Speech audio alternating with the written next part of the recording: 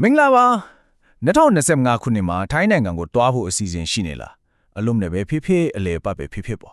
ရှိတယ်ဆိုရင်တော့ဒီအကြောင်းအရာကတော်တော်လေးအရေးကြီးလာပါပြီဘာလို့လဲဆိုတော့ထိုင်းနိုင်ငံရဲ့လူဝင်မှုကြီးကြပ်ရေးစနစ်တစ်ခုလုံး digital ဘက်ကိုအပြည့်အဝကူးပြောင်းတော့မှာမို့လို့ပါဆိုတော့အထူးသဖြင့်မြန်မာနိုင်ငံသားတွေတော့တိထားရမယ်အတိကအပြောင်းလဲတွေကိုဒီနေ့မှာတစ်ခုချင်းစီတေချာလေးရှင်းပြပေးသွားခြင်းတယ် ဟုတ်ပါတယ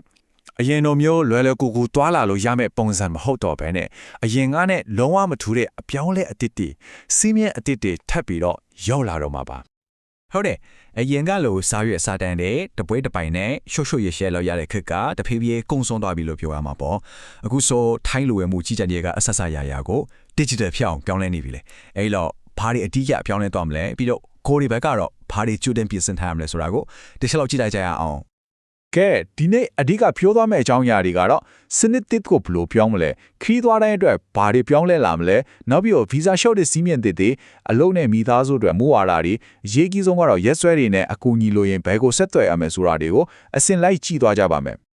ဟုတ်ပြီပထမဆုံးအပိုင်းအနေနဲ့ဒီလိုကြီးမားတဲ့ big digital shift လို့ခေါ်တဲ့ digital အပြောင်းလဲကြီးကိုဘာကြောင့်များလိုရတာလဲအဲ့ဒီချောင်းရင်းလေးကိုအရင်ဆုံးလေ့လာကြည့်ကြအောင်ပါဒီခိန်းကဏ္ဍကိုကြည့်လိုက်ပါလား3,900ကျော်ဒါက2019ခုနှစ်တနေ့ထဲမှာနော်မြန်မာနိုင်ငံကနေထိုင်းကိုလက်ရောက်လက်ပတ်ခဲ့တဲ့သူအရေးအတွက်ပါအရန်များတဲ့အရေးအတွက်ပဲဆိုတော့ဒီလောက်များတဲ့လူတွေအားလုံးအပေါ်မှာအခုအလုံးမဲ့အပြောင်းလဲတဲ့ကောဘလောက်တောင်တက်ရောက်မှုရှိမလဲဆိုတာခန့်မှန်းကြည့်လို့ရပါတယ်ကဲအခုဒုတိယအပိုင်းမှာတော့ခီးသွားတိုင်းနဲ့တိုက်ရိုက်သက်ဆိုင်မဲ့အကြီးမားဆုံးပြောင်းလဲတစ်ခုကိုပြောပြမယ်အဲ့ဒါကဘာလဲဆိုတော့အရင်ကထိုင်းကိုဝင်တိုင်းဖြေခဲ့ရတဲ့ TM6 စာရွက်လေးအဲ့ဒီစစ်တင်ကိုလုံးဝဖျက်သိမ်းလိုက်ပြီးဆိုတာပါပဲအဲ့ဒီ TM6 စာရွက်စာအခု TDAC ဆိုတဲ့စနစ်တစ်ကိုတုံးရတော့မှာပါ TDAC ဆိုတာက Thailand Digital Arrival Card ရဲ့အတူကောက်ပေါ့အရင်ကလီယန်ပေါ်မှာဖြည့်ရတဲ့စာရွက်စက်ရုပ်ကတ်နေရာမှာအစားထိုးမယ်မဖြစ်မနေတုံးရမယ် online စနစ်တစ်ခုဖြစ်ပါတယ်ဆိုတော့အခိကပါကွာတော့လဲဆိုရင်ရှင်းလေးပါအရင်ကဆိုလီယန်ပေါ်ရောက်မှဒါမှမဟုတ်နယ်ဆက်ရောက်မှ TM6 စာရွက်ကိုဖြည့်ရတယ်အခုကျတော့အဲ့လိုမဟုတ်တော့ဘူး2025မေလတရက်နေ့ကစပြီးထိုင်းနိုင်ငံကိုမထွက်ခွာခင်ကတည်းက TDAC စနစ်ထဲမှာ online ကနေကြိုတင်ပြီးဖိထားရတော့မှာပါအဲ့ဒါအရေးကြီးဆုံးအချက်ပဲကဲနောက်တစ်ပိုင်းကိုဆက်ကြည့်အောင်ဒီတစ်ခါကတော့ visa လျောက်တဲ့စီမီအတစ်တွေအကြောင်းပါအထူးသဖြင့် e-visa စနစ်အကြောင်းနဲ့ EDA လို့ခေါ်တဲ့စနစ်တစ်အကြောင်းကိုအဓိကထားပြီးပြောပြသွားပါမယ်ဒီချင်းစရာလေးကိုတစ်ချက်ကြည့်လိုက်ရအောင်2025ဇန်နဝါရီ10ရက်နေ့ကစပြီးဗီဇာလျှောက်ခြင်းနဲ့ဆိုရင်တန်ရုံးကိုလူကိုယ်တိုင်တောင်းဆရာမလို့တော့ပါဘူးအားလုံးကို e-visa စနစ်နဲ့ပဲ online ကနေလျှောက်ရတော့မှာပါနောက်ထပ်အေးကြီးတာကဇွန်လမှာကျတော့ ETA ဆိုတာစနစ်တစ်ကိုစတင်တော့မှာပါဒါကအထူးသဖြင့်ဗီဇာကင်းလွတ်ခွင့်နဲ့ဝင်မဲ့သူတွေအတွက်လိုအပ်ချက်အတစ်ခုဖြစ်လာမှာပါအဲ့ဒီ ETA စနစ်နဲ့ပတ်သက်ပြီးတော့သတင်းကောင်းတစ်ခုရှိပါတယ်အဲ့ဒါကဘာလဲဆိုတော့ဒီစနစ်ကအခမဖြစ်တယ်ဆိုတာပါပဲဟုတ်ပါတယ်ပိတ်ဆံပေးစရာမလိုပါဘူး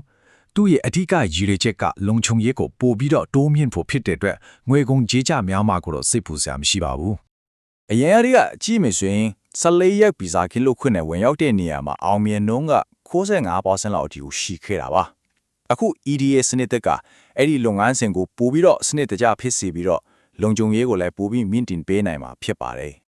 ဟုတ်ပြီဒါကတော့ခရီးသွားတွေတော့ပေါ့အခုထိုင်းနိုင်ငံမှာအလုပ်လုပ်နေတဲ့သူတွေမိသားစုနဲ့သူနေထိုင်နေတဲ့သူတွေတော့ရောဘာတွေပြောင်းလဲလာမလဲစကြည့်လိုက်ကြအောင်အဓိကကတော့နေထိုင်ခွင့်နဲ့အလုပ်အကင်ဆိုင်ရာစီးမြင့်တွေကိုပိုပြီးခစ်မီအောင်ပြုပြင်ပြောင်းလဲတာပါပဲဥပမာဘာတွေပါမလဲဆိုရင်အလုပ်လုပ်ခွင့် work permit ရှောက်တဲ့လုပ်ငန်းစဉ်တွေပို့ပြီးလွယ်ကူးမြန်ဆန်းလာမယ်